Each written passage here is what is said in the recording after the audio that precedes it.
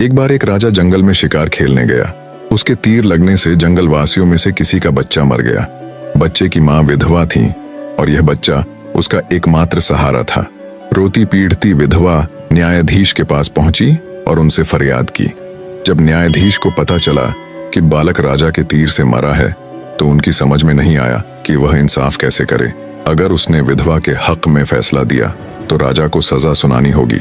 यदि विधवा के साथ अन्याय किया तो ईश्वर को क्या जवाब दूंगा। काफी सोच विचार कर वह इस फरियाद सुनने को राजी हुआ। उसने विधवा को दूसरे दिन अदालत में बुलवाया। विधवा की फरियाद सुनने के पश्चात राजा को भी अदालत में बुलवाना आवश्यक था। न्यायाधीश ने अपने एक सहायक को राजा के पास भेजा कि वह अदालत में हाजिर हो। सहायक किसी प्रकार हिम्मत करके न्यायाधीश का संदेश राजा को सुनाने पहुंचा।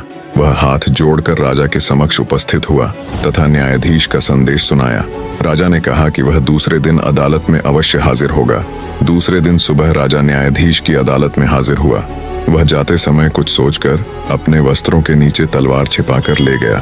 न्यायाधीश की अदालत भीड़ से खचाखच भरी हुई थी। इस फैसले को सुनने के लिए दूर दूर से लोग आए थे। राजा अदालत में आया तो प्रत्येक व्यक्ति उसके सम्मान में खड़ा हो गया। न्यायाधीश ने विधवा को आवाज लगाई तो वह अंदर आई। विधवा ने सबके सामने अपने बेटे के मरने की कहानी कह सुनाई। अब न्यायाधीश ने राजा से कहा, महाराज, इस विधवा का बेटा आपके तीर से मारा गया है।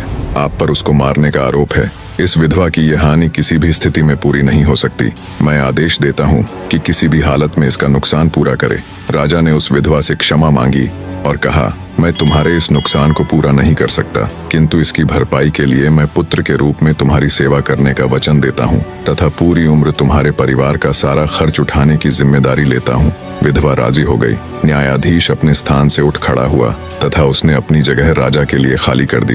राजा बोला, न्यायाधीश जी, अगर आपने फैसला करने में मेरा पक्ष लिया होता तो मैं तलवार से आपकी गर्दन काट देता। न्यायाधीश सिर झुकाकर बोला, महाराज, अगर आपने मेरा आदेश मानने में जरा भी टाल मटोल की होती तो मैं हंटर से आपकी खाल उधड़वा देता। राजा न्यायाधीश की बात से बड़ा प्रसन्न हुआ और उसने उसे अपनी बाहों में भर लिया। राजा और न्यायाधीश का चरित्र कितना निष्पक्ष होना चाहिए। इस कहानी से सीख मिलती है कि न्याय न्याय होता है, उसमें बड़ा छोटा नहीं होना चाहिए।